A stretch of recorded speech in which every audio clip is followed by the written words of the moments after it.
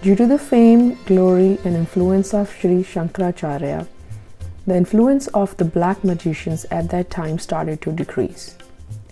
So they started hating Shankaracharya and were looking for an opportunity to kill him. Once a black magician named Ugra Bhairav saw Adi Shankaracharya sitting in solitude. He treacherously went to Acharya with the intention of killing him and said to him, "I performed severe penance for many years in order to go to Kailasa and enjoy the company of Mahadeva." Pleased with my penance, Mahadev said, "If you perform a havan on the head of some enlightened great man, your wish will be fulfilled." From that day onwards, I have been searching for a great man. Fortunately today, I got to see you. You have taken the body for charity, so you fulfill my wish. Shankaracharya said, "This body definitely gets destroyed one day. If someone else's meaning is proved through this body, then it is a great effort of man. But you will not be able to take my head in front of my disciples. You fix a time and place where my disciples cannot see." Ugra Bhairav said, "Maharaj, on the night of Amavasya, you come to Sirsail mountain. I'll take you there." Shankaracharya ji reached Sirsail mountain at the appointed time. That mountain was the stronghold of the Kapalikas at that time. Trident swords, etc., were already kept ready there. The evil wizard said, "Maharaj, you sit on this rock. Your head will be burnt in this sacrificial fire, and my wish will be fulfilled." Shankaracharya said, "Stay for a while. Let me meditate a bit.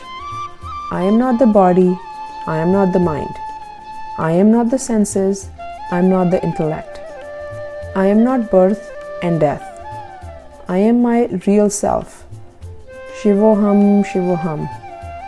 Let me become a little samadhista in the feeling of Brahman. Then you do your work." Shankaracharya got into meditation and in this divine nature. When he sat in the nature of God, there was an upheaval in nature. Shankaracharya ji's disciple Padmapada had a dream in which this whole scene was shown. Seeing the scene, Padmapada prayed to his presiding deity Narasimha Bhagwan, "Protect my Gurudev Lord." Lord Narasimha's subtle element entered Padmapada. He roared and ran towards the same mountain where the black magicians resided. The sword with which Kapalika wanted to cut Shankaracharya's head, the same sword Lord Narasimha cut off the magician's head and burned it in the Yajna-kund. Then he roared. Shankaracharya's meditation broke after hearing his roar. Acharya saw this in Padmapada. Lord Narasimha's soul had come. When he prayed, Lord Narasimha disappeared from the disciple and Acharya reached his abode safely. Despite many protests, Acharya remained firm in the work for human welfare. He dedicated his whole life in protecting Sanatana Dharma. If only, how good it would be if society could take full advantage of such great men during their lifetime. Gorakhnath has said, "Gorakh jagata nar seviye."